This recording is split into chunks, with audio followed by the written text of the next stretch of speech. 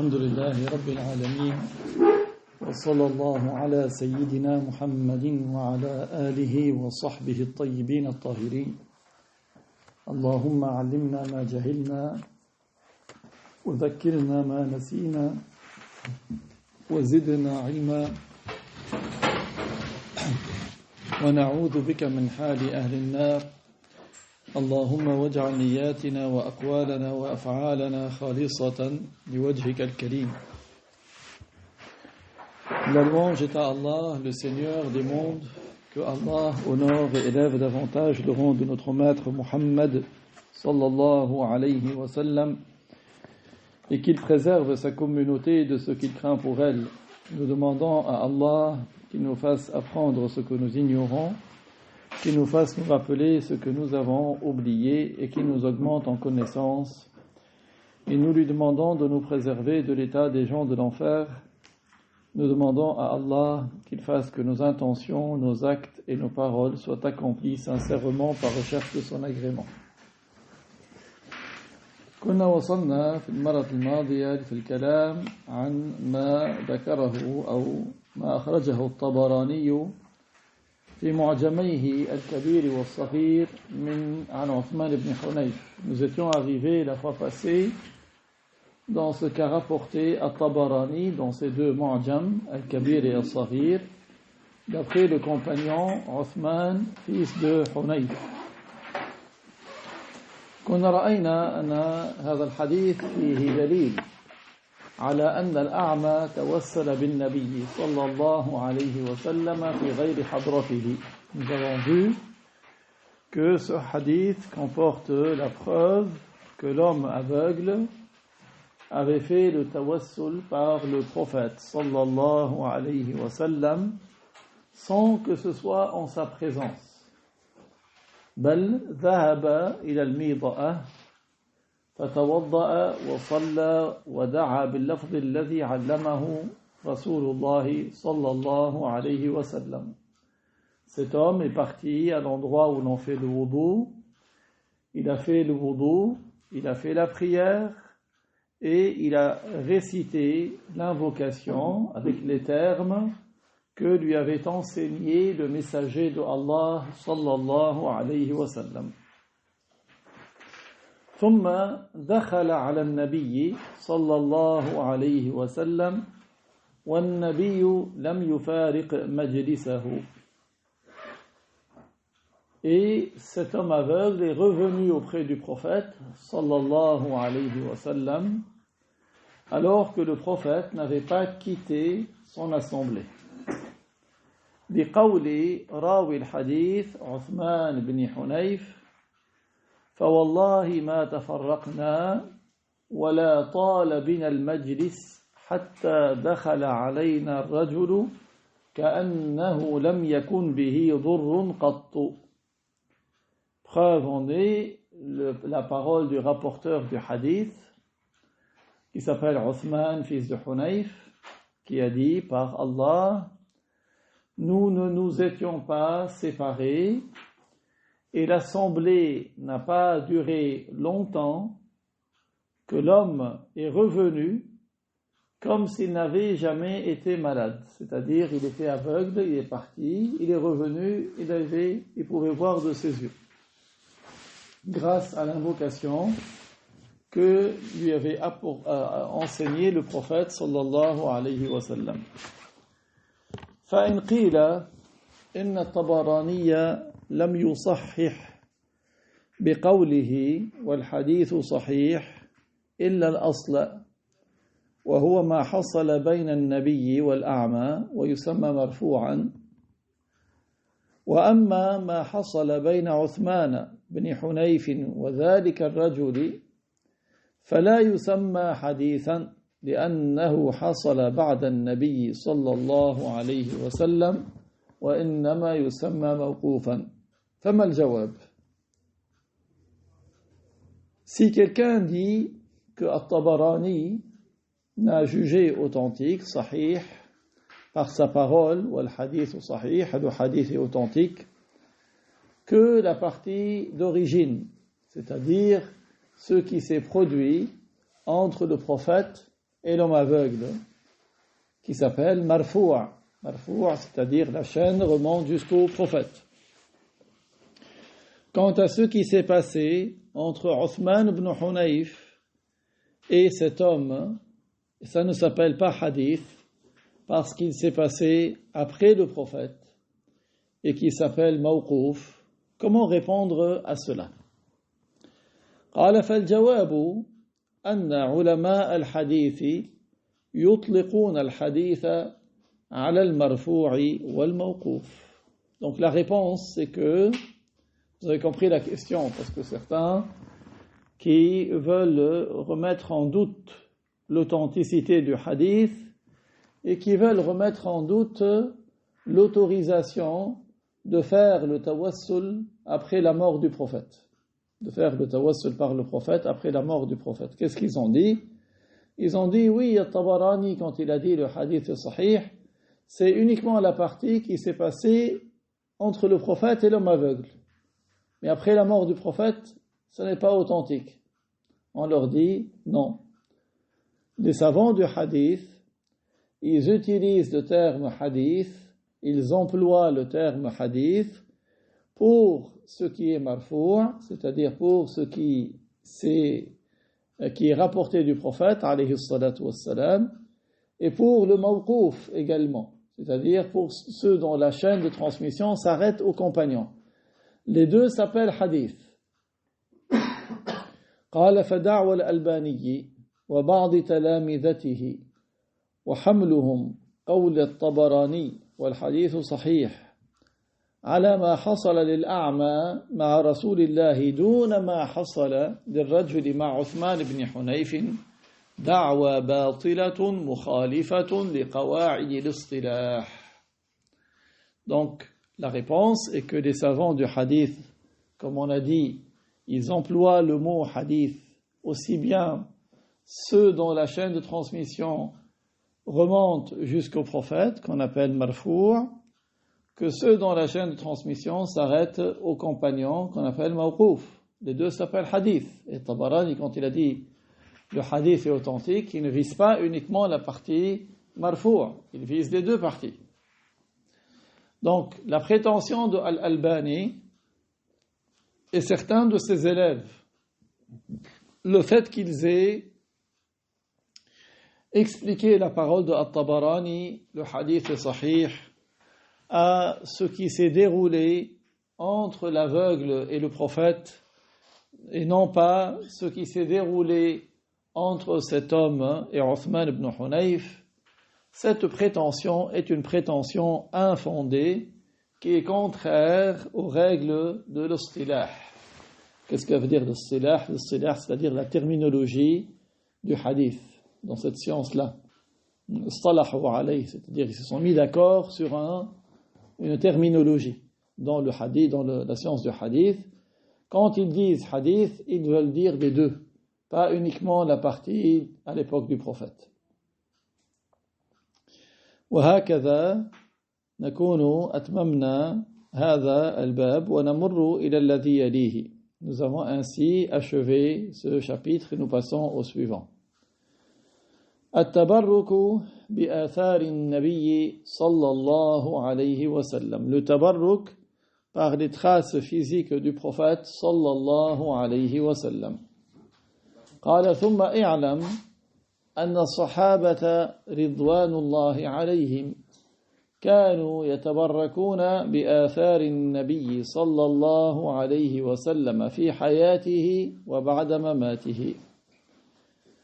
Donc le tabarruk, l'auteur, que Dieu lui fasse miséricorde, a dit, sache que les compagnons, que Dieu les agrée, faisaient le tabarruk. Ils recherchaient la baraka, ils recherchaient les bénédictions par les traces du prophète, sallallahu alayhi wa sallam, durant sa vie et après sa mort. Donc les compagnons, c'est eux qui ont une meilleure connaissance et compréhension de la religion que des wahhabites de notre époque. Eh bien, les compagnons, qu'est-ce qu'ils faisaient? Ils faisaient le tabarruk par les traces physiques du prophète. Ils recherchaient les bénédictions par les traces physiques du prophète. Ils faisaient cela durant la vie du prophète et ils ont fait cela après la mort du prophète. Même après la mort du prophète, les compagnons faisaient le tabarruk par les traces physiques du prophète alayhi الصلاة والسلام. قال ولا زال المسلمون بعدهم إلى يومنا هذا على ذلك. Et les musulmans n'ont pas cessé, après les compagnons, de persévérer sur cette voie jusqu'à nos jours. C'est-à-dire que les musulmans qui sont venus après les compagnons, ils ont maintenu cette pratique de rechercher les traces physiques par le prophète. Les hommes, les gens qui sont venus après les successeurs des compagnons aussi, ils ont maintenu cette pratique. Et ainsi de suite. Les musulmans qui sont venus de génération en génération, ils ont tous conservé cette pratique de rechercher les bénédictions par les traces physiques du prophète alayhi الصلاة والسلام. قال وجواز هذا الأمر يعرف من فعل النبي صلى الله عليه وسلم. Donc l'auteur, que Dieu lui fasse miséricorde, a dit le caractère autorisé de cela est connu de l'acte même du prophète alayhi الصلاة والسلام.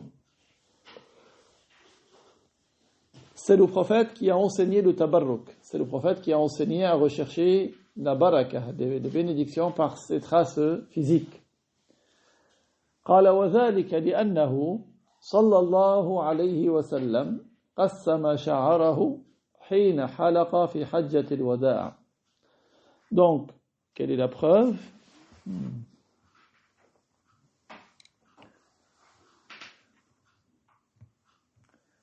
La preuve, c'est que le prophète, sallallahu alayhi wa sallam, il a lui-même, donc, le prophète, alayhi salatu wa sallam, il a lui-même partagé ses cheveux quand il s'est rasé le crâne lors du pèlerinage de l'adieu. Pourquoi on l'appelle pèlerinage de l'adieu? Parce qu'il a vécu environ 80 jours après ce pèlerinage. Le prophète, alayhi salatu wa sallam, il n'a fait qu'un seul pèlerinage. Et après ce pèlerinage, environ 80 jours après, il est décédé. Donc, il s'est rasé le crâne à l'occasion de ce pèlerinage et il a partagé ses cheveux à ses compagnons.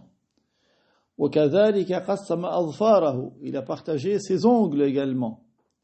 وَلِيَكُونَ لِيَتَبَرَّكُوا بِهِ وَلِيَسْتَشْفِعُوا إِلَى اللَّهِ بِمَا هُوَ مِنْهُ وَيَتَقَرَّبُوا بِذَلِكَ إِلَيْهِ. Pour quelle raison a-t-il partagé ses cheveux et ses ongles? Pour que les compagnons en recherchent la baraka, qu'ils en recherchent les bénédictions. Ça veut dire quoi la baraka? Ça veut dire quoi les bénédictions? Ça veut dire l'augmentation du bien. Donc il a partagé ses cheveux et ses ongles pour qu'ils en recherchent la baraka, ils en recherchent l'augmentation du bien. Et également pour qu'ils utilisent cela pour demander des choses à Allah. Et pour faire, ça s'appelle l'istishfa'. C'est-à-dire, ils demandent à Allah par la grâce de ce qu'ils ont entre leurs mains, les cheveux et les ongles du prophète, parce qu'il y a une partie du prophète, alayhi salatu wassalam. Et pour qu'ils puissent gagner des récompenses en faisant cela.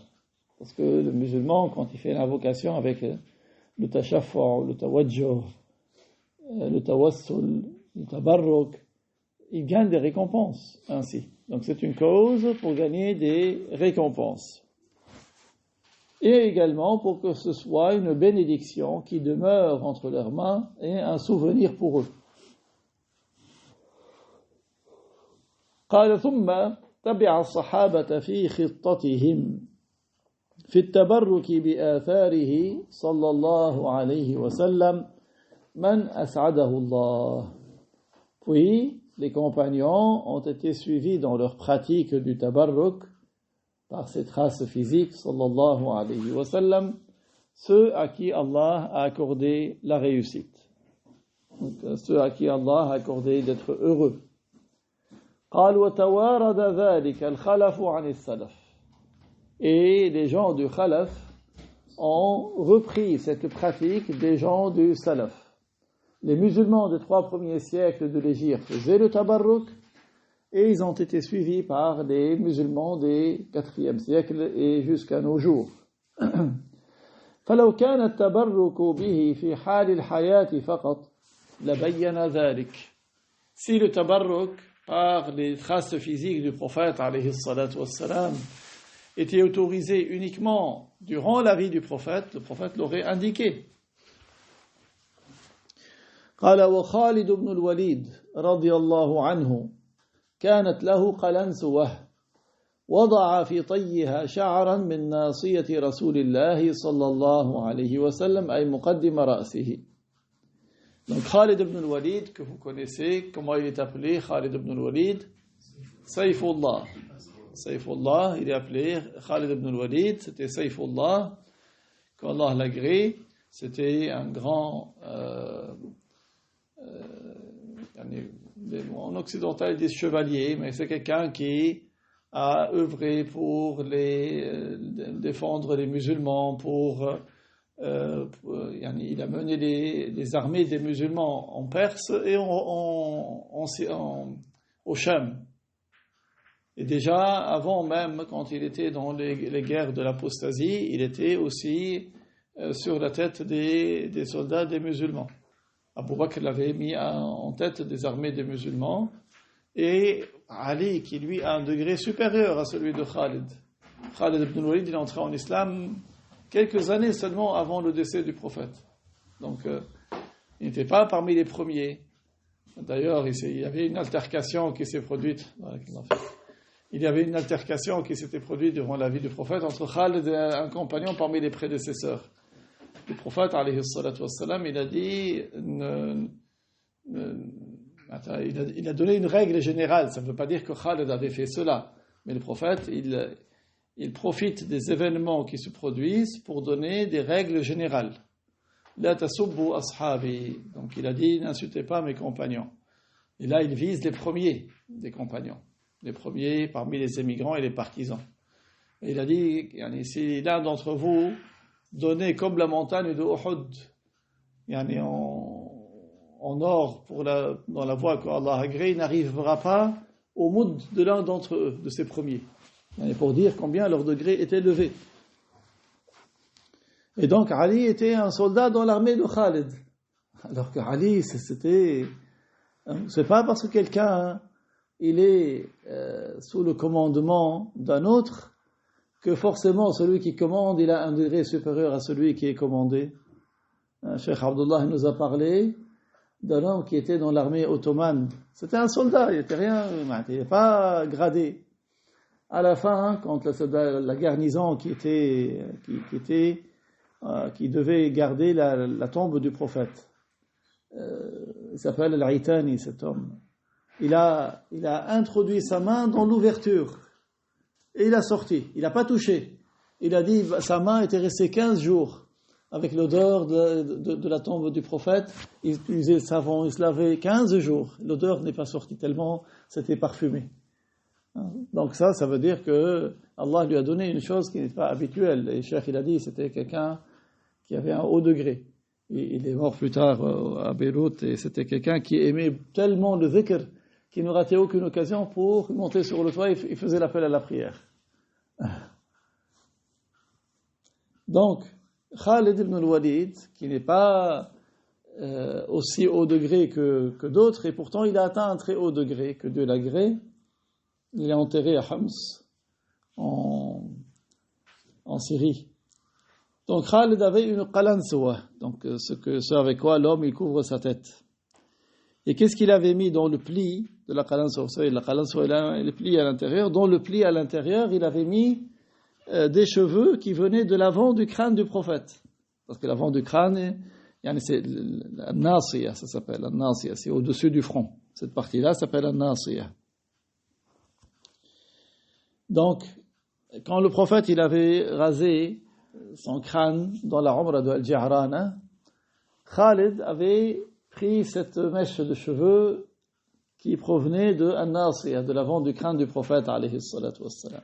Al-Ja'rana, c'est une région à côté de la Mecque, en direction de At-Taif. Et donc, qu'est-ce qu'il en a fait? Il avait placé cette mèche de cheveux dans les plis de la qalansoua. Pourquoi? Il recherche la baraka. Pendant les conquêtes qu'il menait, il espérait obtenir la baraka et c'est ce qu'il faisait. Il a dit dans chaque bataille où il avait cette qalansoua avec lui, dans laquelle il y avait les cheveux du prophète, il avait gagné la bataille. Et notre maître Abu Ayyub al-Ansari, Abu Ayyub al-Ansari, qu'Allah l'agrée, qui est un des célèbres compagnons, il était le premier chez qui le messager sallallahu alayhi wa sallam avait passé des nuits dans sa maison quand il a émigré de la Mecque à Médine. Donc quand le prophète a émigré de la Mecque à Médine, il n'avait pas encore construit sa maison. Il était l'hôte de Abu Ayyub al-Ansari. Et Abu Ayyub al-Ansari il est enterré maintenant à Istanbul. Donc Abu Ayyub, comment il s'appelle? Qui se rappelle de son prénom?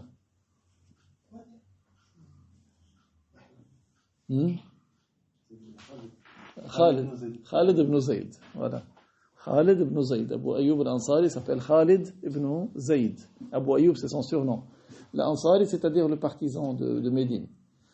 Donc, ce compagnon, Abu Ayyub al-Ansari, il était venu un jour à la tombe du messager, sallallahu alayhi wa sallam. Après la mort du messager, alayhi salatu wa sallam, il s'est rendu auprès de la tombe du prophète et il a posé son visage sur la tombe du prophète, sallallahu alayhi wa sallam, par tabarruk, pour rechercher la baraka, pour rechercher les bénédictions. Et parce que le prophète lui manquait, par nostalgie pour le prophète, alayhi salatu wa sallam. Donc, ça, c'est une preuve du caractère permis du tabarruk, parce qu'il a posé son front sur son visage, sur la tombe du prophète, alayhi salatu wa sallam. Ce hadith a été rapporté par l'imam Ahmad, par Tabarani, dans Al-Kabir et dans Al-Awsat. قال وفي كتاب سؤالات عبد الله بن أحمد بن حنبل لأحمد قال سألت أبي عن مس الرجل رمانة المنبر بقصد التبرك وكذلك عن مس القبر فقال لا بأس بذلك. Dans le livre سؤالات عبد الله بن أحمد بن حنبل لأحمد, c'est-à-dire ce sont les questions que Abdullah, le fils de l'imam Ahmad ibn Hanbal, a posées à son père, l'imam Ahmad. Donc il a posé des questions et il a noté des questions dans ce qui a fait un livre. Ce livre sont les questions posées par le fils de l'imam à son père, avec les jugements, des réponses. Donc qu'est-ce qu'il a dit? Il a dit, je lui ai posé la question à propos de l'homme qui touche le mimbar du prophète. Le mimbar, c'est la chaire sur laquelle l'orateur monte pour donner son discours. Le prophète, il avait un mimbar, il montait dessus pour donner son discours. Donc il a dit, quel est le jugement de quelqu'un qui touche le mimbar et en recherchant la baraka, en le touchant, parce qu'il se dit, c'est un endroit où a été le prophète. Et il l'embrasse le mimbar. Et il met la même chose avec la tombe du prophète. Il la touche et il l'embrasse. Parce qu'avant, il n'y avait pas les murs qu'il y a aujourd'hui. Aujourd'hui, il y a des murs qui sont construits tout autour de la tombe. On ne voit pas la tombe du prophète maintenant. Parce qu'elle est construite, il y a des murs qui empêchent d'y atteindre. Pour ça, certains ils montrent des photos, soi-disant c'est la tombe du prophète. Non, ce n'est pas la tombe du prophète. La tombe du prophète, maintenant, elle est cachée par un mur. Donc, il a dit, il fait la même chose avec la tombe, c'est-à-dire il touche la tombe et il l'embrasse, en recherchant la baraka. Ou ce qui est de cet ordre, il veut gagner des récompenses de la part de Dieu. Alors l'imam Ahmad lui a dit, la ba'sa bidhalik. Il a dit, il n'y a aucun mal en cela. Il n'y a pas de mal. Ce n'est pas quelque chose d'interdit. Et c'est important de souligner que c'est l'avis de l'imam Ahmad, parce que les wahhabites qui, eux, perturbent les musulmans sur ce sujet, ils disent qu'on est hanbalites. Les wahhabites qui perturbent les musulmans sur ce sujet, parce que avant personne ne remettait en cause de cela. Aujourd'hui, les wahhabites, ils ont diffusé entre les ignorants que ce ne serait pas autorisé, que ce serait quelque chose certain, que Dieu nous en préserve, et qualifient ça de shirk. Et pour eux, c'est comme si quelqu'un, il était associateur, il adorait des pierres. Alors qu'est-ce qu'il a fait la personne? Elle a juste touché la tombe du prophète en espérant qu'il y a une baraka, une bénédiction, que Dieu lui accorde le bien parce qu'il a touché quelque chose qui a été en contact avec le corps du prophète.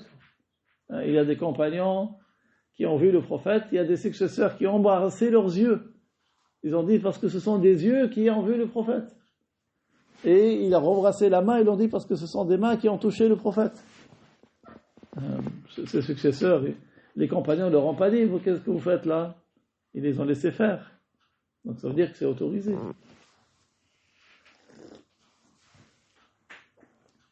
قال وفي كتاب العلل ومعرفة الرجال ما نصه سألته عن الرجل يمس منبر النبي صلى الله عليه وسلم ويتبرك بمسه ويقبله.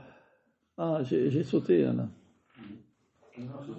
Non, j'ai pas traduit là. J'ai lu l'arabe, j'ai pas traduit la phrase d'avant.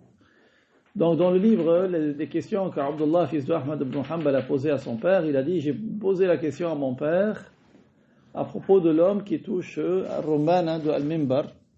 C'est une partie du mimbar dans l'intention du tabarruk, pour rechercher les bénédictions. Et de même de toucher la tombe. Et l'imam Ahmad a dit, il n'y a pas de mal en cela. وفي كتاب العلل ومعرفة الرجال ما نصه سألته عن الرجل يمس منبر النبي صلى الله عليه وسلم ويتبرك بمسه ويقبله ويفعل بالقبر مثل ذلك أو نحو هذا يريد بذلك التقرب إلى الله جل وعز فقال لا بأس بذلك. Et dans le livre Al-Ilal wa Ma'rifatul Rijal figure ce qui suit. Je l'ai interrogé, donc c'est toujours Abdullah qui pose la question à son père, l'imam Ahmad. Je l'ai interrogé à propos de l'homme qui touche le mimbar du prophète, qui recherche la baraka en le touchant, qui touche, qui l'embrasse, et il fait la même chose avec la tombe, ou ce qui est du même ordre. Il vise par cela de gagner davantage de récompenses de la part de Allah Azza wa Jal. Et alors l'imam Ahmad a dit, il n'y a pas de mal en cela. Là encore, vous avez vu, donc c'est deux versions légèrement différentes, mais les deux, il a été rapporté que l'imam Ahmad a dit, il n'y a pas de mal en cela. قال وروى ابن الجوزي في مناقب أحمد بالإسناد المتصل إلى عبد الله بن أحمد بن حنبل قال رأيت أبي يعني أحمد بن حنبل يأخذ شعرة من شعر النبي صلى الله عليه وسلم فيضعها على فيه ويقبلها. Donc Ibn al-Jawzi a rapporté dans Manaqib Ahmad. Manaqib Ahmad, ce sont les faits remarquables de la vie de Ahmad ibn Hanbal. Avec une chaîne de transmission ininterrompue jusqu'à Abdullah, le fils de Ahmad ibn Hanbal, qui a dit, j'ai vu mon père, c'est-à-dire Ahmad ibn Hanbal, prendre un des cheveux du prophète et le poser sur sa bouche pour l'embrasser. Donc, il prenait un cheveu du prophète et l'embrassait. C'est Ahmad ibn Hanbal qui faisait cela. قال وأحسب أني رأيته يضعها على عينيه ويغمسها في الماء ثم يشربه يستشفي به. Il a dit, et je pense l'avoir vu, poser le cheveu sur ses yeux. Donc l'imam Ahmad posait le cheveu sur ses yeux. Et il plongeait le cheveu dans de l'eau, puis il buvait cette eau en espérant la guérison. Parce que cette eau a été en contact avec le meilleur des créatures de Allah subhanahu wa ta'ala. قال ورأيته قد أخذ قصعة النبي صلى الله عليه وسلم فغسلها في جب الماء ثم شرب فيها. Et donc, il a dit, je l'ai vu prendre un récipient, une qas'a, c'est un récipient qui est profond. D'accord? Je l'ai vu prendre une qas'a, un récipient du prophète sallallahu alayhi wa sallam. Il lavait le récipient dans de l'eau, puis il buvait dedans. L'eau qui était en contact avec, il la buvait. Parce que c'est un récipient qui avait porté la nourriture du prophète alayhi salatu wassalam. قال والعجب أيضا من ابن تيمية الذي ذكر حديث ابن عمر الذي هو توسل واستغاثة بالرسول بعد موته صلى الله عليه وسلم أنه قال في كتابه التوسل والوسيلة لا يجوز التوسل إلا بالحي الحاضر فسبحان مصرف القلوب يصرفها كيف يشاء. Donc le cheikh il dit ce qui est étonnant c'est que de la part de Ibn Taymiyyah, parce qu'aujourd'hui les anthropomorphes ceux qui attribuent le corps à Allah et qui renient le tawassul, le tawajjuh, le tashaffu', le tabarruk, ce sont eux, ce sont les wahhabites. Donc quand nous on redresse quand nous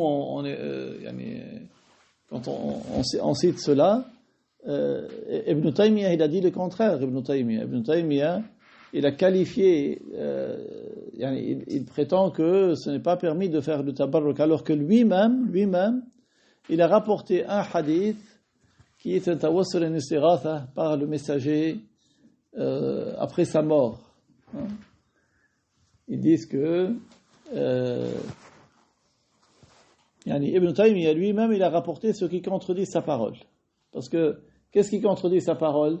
C'est que le fils de Omar, il avait sa jambe qui était paralysée. Et qu'est-ce qu'il a fait, le fils de Omar? Il a fait le tawassul et l'istighatha par le messager sallallahu alayhi wa sallam. Quand Ibn Taymiyyah l'a rapporté dans son livre At-Tawassul Wasila, par la suite, donc il a rapporté cet épisode du fils de Omar, parce que le fils de Omar, sa jambe s'est paralysée, on lui a dit, cite le nom de celui que tu aimes le plus. Il a dit, Ya Muhammad, sa jambe a guéri. Donc Ibn Taymiyyah, il a rapporté cela. Et il a dit dans un autre livre, Tawassul al-Wasila, il a dit, le tawassul n'est permis qu'avec quelqu'un de vivant et de présent.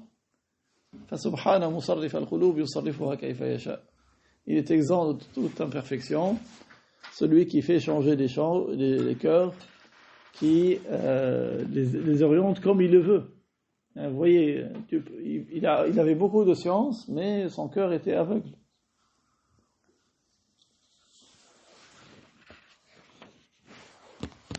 قال رحمه الله بيان أنواع البدعة وحكمها. L'auteur, que Dieu lui fasse miséricorde, a dit présentation des sortes d'innovation et le jugement de l'innovation. قال اعلم أن البدعة لغة ما أحدث على غير مثال سابق. Donc première chose, sache selon la loi de l'islam que al-bid'a, l'innovation, c'est ce qui a été innové sans exemple antérieur. C'est quelque chose qui a été fait pour la première fois. C'est ça le bid'a. وفي الشرع المحدث الذي لم ينص عليه القرآن ولا جاء في السنة. La bid'a dans la loi de l'islam, c'est la nouveauté qui n'a pas été mentionnée dans le Coran et que la sunna n'a pas amené. C'est ça la nouveauté, ça s'appelle une bid'a. On a en français innovation. Al-bid'a en français innovation. قال وهي تنقسم إلى قسمين. L'innovation elle est partagée en deux catégories. قال بدعة ضلالة وبدعة هدى. Une innovation d'égarement et une innovation de bonne guidée. Une innovation d'égarement et une innovation de bonne guidée. بدعة الضلالة هي المحدثة المخالفة للقرآن والسنة. Donc l'innovation d'égarement, c'est la nouveauté qui est contraire au Coran et à la Sunna.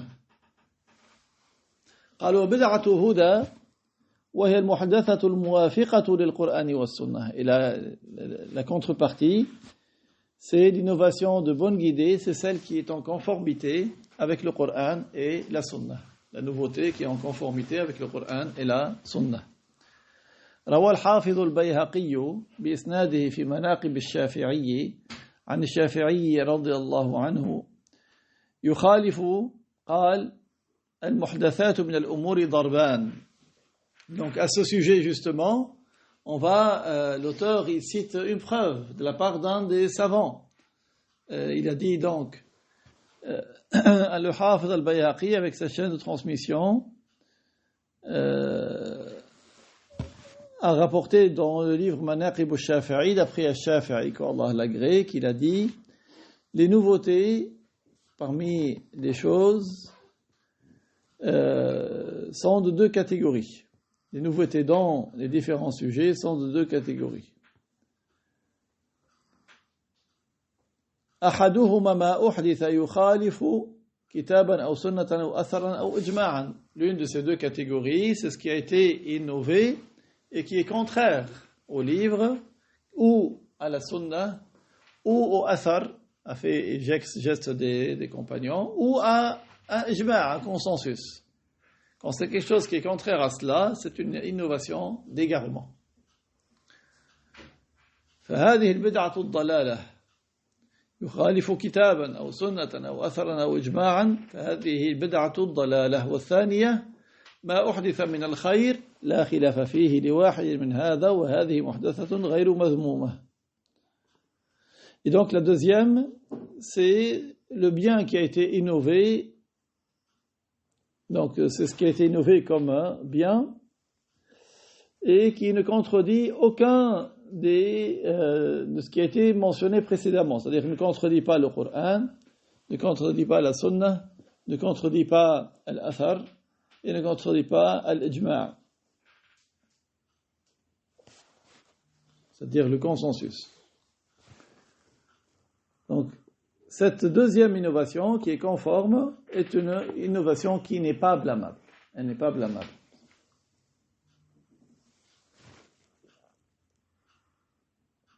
قال وقال الفقيه ابن عابدين الحنفي في رد المحتار ما نصه فقد تكون البدعة واجبة كنصب الأدلة للرد على أهل الفرق الضالة وتعلم النحو المفهم للكتاب والسنة.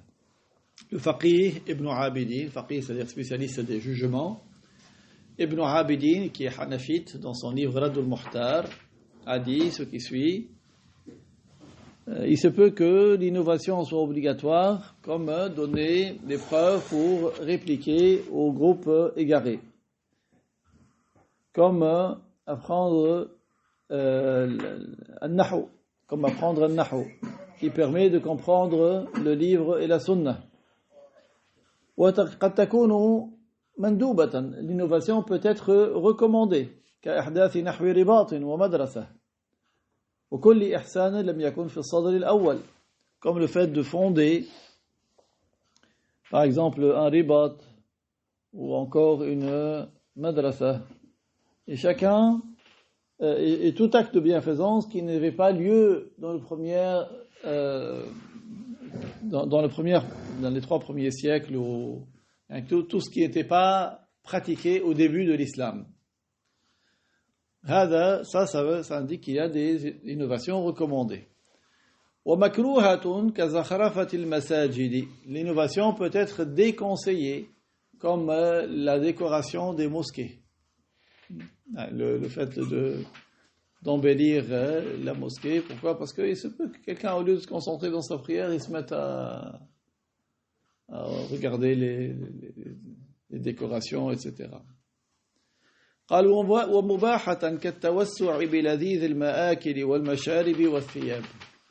L'innovation peut être autorisée comme profiter de nourriture délicieuse, de boissons délicieuses, de vêtements, de très beaux vêtements. Ça c'est mubah, c'est autorisé. D'accord? قال الشيخ قلت إن التوسع بلذيذ المآكل والمشارب والثياب مكروه. Mais Cheikh Abdullah n'est pas d'accord avec ce qu'a dit Ibn Abidin. Cheikh Abdullah il a dit le fait d'avoir beaucoup de nourriture délicieuse, boissons et vêtements, c'est déconseillé. Ibn Abidin il a dit c'est autorisé. Le Cheikh il a dit c'est déconseillé. C'est autorisé, mais il n'y a pas de péché à le faire, mais celui qui l'évite parce que c'est ainsi, il gagne des récompenses. Celui qui évite cela parce que ce sont des choses déconseillées ou interdites, il gagne des récompenses. قال وهذا التقسيم مفهوم من حديث البخاري ومسلم عن عائشة رضي الله عنها. Donc cette classification de l'innovation en bonne et en mauvaise est comprise du hadith de Al-Bukhari et de Muslim d'après Aïcha, que Allah l'agrée. قالت قال رسول الله صلى الله عليه وسلم من أحدث في أمرنا هذا ما ليس منه فهو رد. Donc ainsi Al-Bukhari et Muslim ont rapporté de Aïcha, qu'Allah l'agrée, qu'elle a dit celui qui innove dans notre religion ce qui n'y fait pas conforme, ce qui n'y est pas conforme, alors cette innovation, cette nouveauté est réfutée, est rejetée. قالوا رواه مسلم بلفظ آخر وهو من عمل عملا ليس عليه أمرنا فهو رد. Et Muslim l'a rapporté avant d'autres termes, il a dit ce qui signifie celui qui accomplit un acte qui n'est pas conforme à notre religion, alors il sera rejeté. Celui qui accomplit un acte qui n'est pas conforme à notre religion, il sera rejeté. قال فأفهم رسول الله صلى الله عليه وسلم بقوله ما ليس منه أن المحدث إنما يكون ردا أي مردودا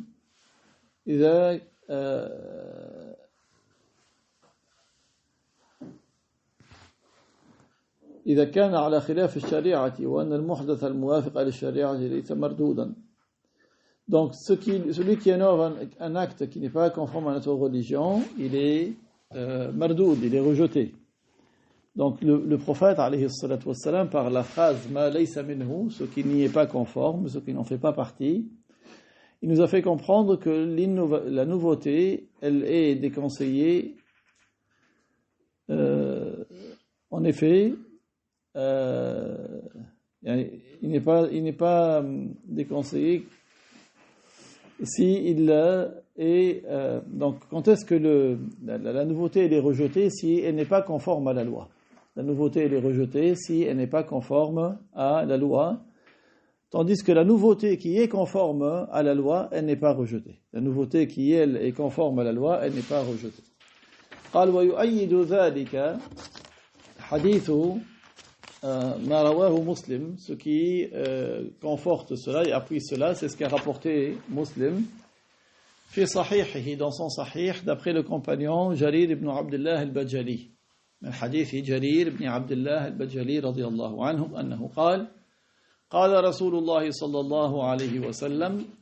Donc c'est ce compagnon Jarir ibn Abdullah al-Bajali, que Dieu l'agrée, qui rapporte que le messager de Allah sallallahu alayhi wa sallam a dit من سن في الإسلام سنة حسنة فله أجرها وأجر من عمل بها بعده من غير أن ينقص من أجورهم شيء ومن سن في الإسلام سنة سيئة كان عليه وزرها ووزر من عمل بها من بعده من غير أن ينقص من أوزارهم شيء.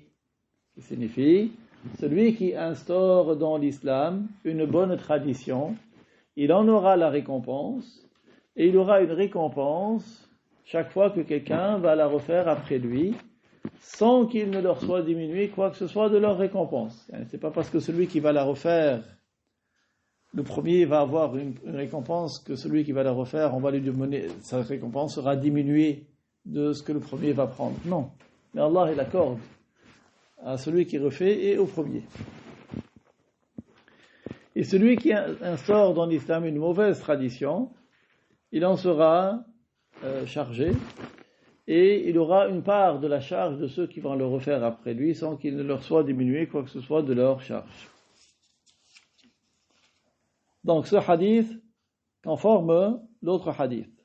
L'autre hadith, c'est celui qui innove dans notre religion ce qui n'y est pas conforme, alors ce sera quelque chose de rejeté. Et celui-là, il y a celui qui instaure dans l'islam une bonne tradition, il aura une récompense, et chaque fois que quelqu'un va refaire cette bonne innovation, cette bonne tradition, le premier va gagner des récompenses, sans que le dernier, il ne lui soit diminué quoi que ce soit de ses récompenses. Et celui qui instaure dans l'islam une mauvaise tradition, il va en être chargé.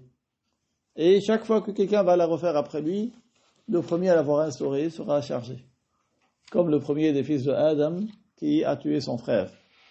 Il était musulman, mais il aura une part de charge chaque fois que ce péché est commis à nouveau parmi les humains.